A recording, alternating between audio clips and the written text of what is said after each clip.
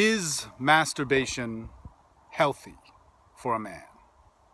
For a man, for a woman? And you know, there's this idea that goes around in the men's development industry, in the dating industry especially, of how harmful masturbation can be, how harmful watching porn, how harmful and oversexed we have become and misused our sexuality as a culture, and somehow it abuses ourselves and destroys us as men. And it's created this entire movement, you know, and of course outside of the dating industry there's the no-fap movement and all this sort of stuff. But I wanted to make this video because people ask me about this all the time. They ask me about porn addiction, about sex addiction, about masturbation, about going too far in different areas, and they seem to parrot back to me what you're supposed to do as a sexually healthy man. And let me just say this. I do not know a sexually healthy man that regulates his sexuality, that forces himself to go through long periods of time without masturbation, to not watch porn, to not date certain women, to not allow himself to fall into the normal human experience of falling into love, intimacy, sex, lust, rage, and everything in between it. But I know a lot of sexually unhealthy men that are trying to get healthy or trying to figure it out that do that. And maybe you do need to do that as you go on your journey of being a man. I've done it myself. But see, the thing is there's no doubt excessive masturbation, porn use, so on, it can screw you up. It can fuck you up. It can give you a warped perception of sex, reality, who you are, what women are, what sex is, you know, how big your dick is, what you have to do to please a woman, what you have to do to please a man, and so on. But we can't ignore that there are so many sexually healthy human beings out there that masturbate on a regular basis, that watch porn on a regular basis, and that allow themselves to fall into that state of complete unleashed sexual passion.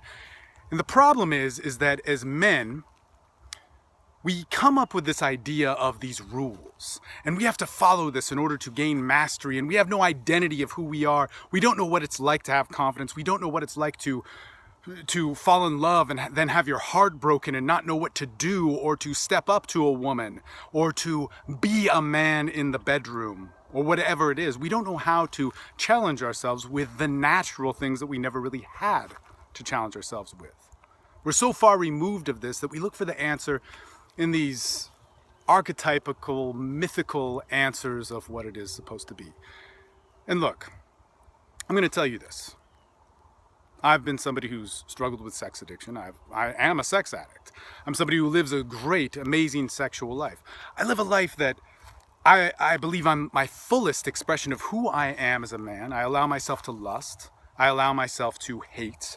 I allow myself to get angry. I allow myself to be confused and to not know what it means, and to be in that moment that is very human and very normal and natural of sex, of anger, of love, emotion, peace, all these different things. And the sad thing is we run from that. Think about this. Think about this. Really, really think about this. What is it that we have to do? You, me, the rest of the people that you know out there who are on this journey, in order to be a man that is good with women? What do we have to do in order to be a sexual man? What is it that we have to do to assert ourselves?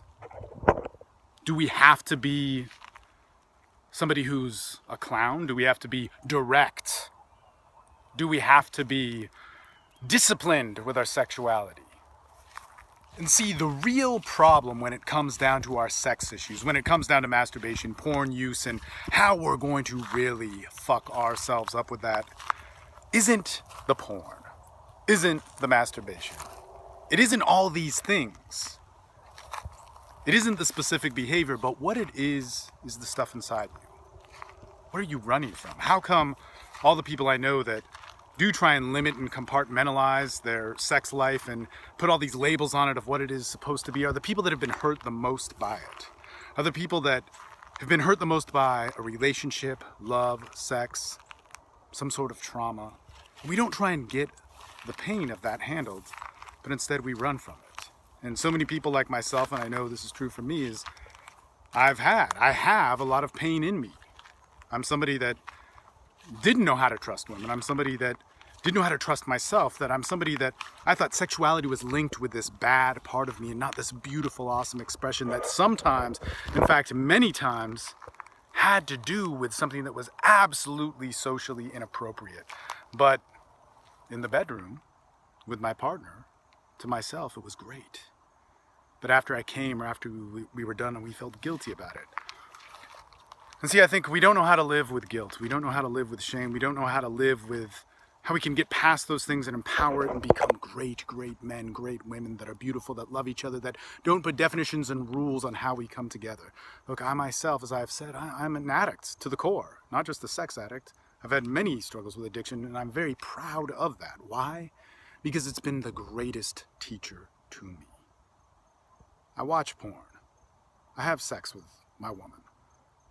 I masturbate. I talk about it. I joke. I can be a chauvinist. I can be a lover. I can love women.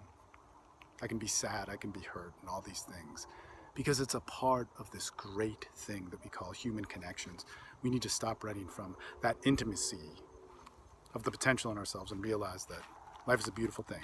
Look, if you have a problem with sex, if you have a problem with addiction, go to a 12-step group, go to a legitimate counselor or psychiatrist or whatever you want to call it that has experience in that, like 10 to 20 years experience in it, not just somebody who is catching on to the fad of this. Get some help, because life is beautiful. The goal is that we are supposed to get into a normal mode of sexuality and not have this regulation over it. You know, for somebody that is both a sex addict and chemical dependency problems, myself, a drug addict, you can take the drugs away. You don't need them. You can live without them. It can be gone. And you learn a new way to live, and the addiction is found in all these other things, you know, in your behavior, and you take that out, the obsession, the compulsion, and so on.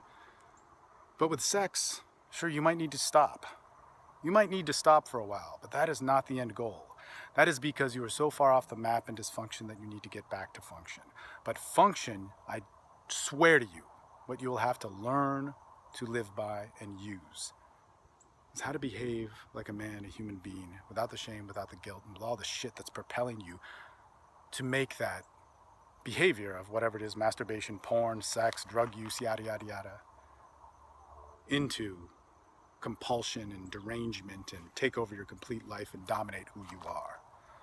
Man, the real story of sex and love is to have it, is to do what we as sexually normally and healthy men have done for years. Masturbate, love your dick, love women, love pussy, allow yourself to fuck, allow yourself to be, and stop making it about what your shame is, because that's what I see you doing.